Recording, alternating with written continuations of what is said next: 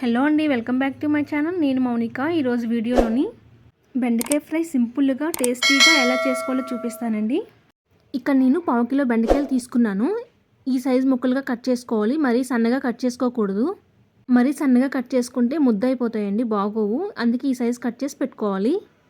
ఇప్పుడు స్టవ్ వెలిగించుకొని ఒక ప్యాన్ పెట్టుకొని ప్యాన్ హీట్ అయిన తర్వాత 1 కప్పు శనగపిండి వేసుకోవాలి. శనగపిండిని లైట్గా ఇలా వేయించి పెట్టుకోవాలండి. టేస్ట్ బాగుంటుంది ఇలా వేయించి పెట్టుకోవడం వల్ల. 2 నిమిషాల తర్వాత ఆ పిండినంతా ఒక గిన్నెలోకి ట్రాన్స్ఫర్ చేసుకోండి.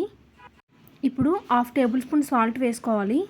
1/2 టేబుల్ స్పూన్ ధనియాల పొడి, చిటికెడు పసుపు, 1/2 టేబుల్ స్పూన్ కారం వేసుకోవాలి.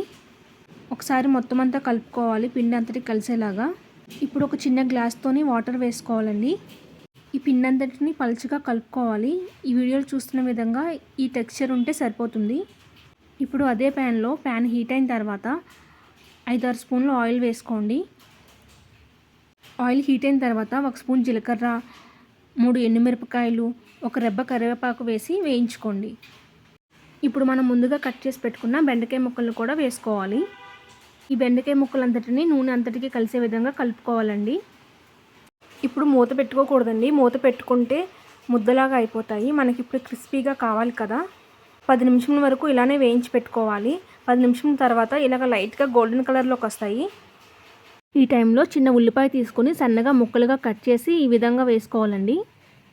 ఉల్లిపాయ ముక్కలు మనం ముందుగా ఎందుకు వేసుకోలేదంటే, ఇప్పుడు మనం దీన్ని కడాయిలో చేస్తున్నాం కదండి. ఉల్లిపాయ ముక్కలు ముందుగా వేసుకుంటే బెండకాయ ముక్కలు క్రిస్పీగా వేగవండి. అందుకనే మనం ఇలా వేసుకున్నాము. నాన్ స్టిక్లో చేసుకుంటే మాత్రం మీరు అలా వేసుకోవచ్చు. ఇప్పుడు ఉల్లిపాయ ముక్కలు లైట్గా గోల్డెన్ కలర్లోకి వస్తాయి. ఈ టైంలో మనం 1 స్పూన్ సాల్ట్, 1 స్పూన్ కారం, 1 స్పూన్ ధనియాల పొడి, 1/2 table spoon garam masala powder, 1/2 table spoon జీలకర్ర పొడి వేసుకోవాలి. చిటికెడు పసుపు వేసుకొని మొత్తం మసాలాలన్నీ కలిసే విధంగా కలుపుకోవాలండి. అడుగు పట్టకుండా అలాగా కలుపుతూ ఉండాలి. 5 నిమిషాల తర్వాత మనం ముందుగా కలిపి పెట్టుకున్న పిండిని ఈ విధంగా వేసుకోవాలండి.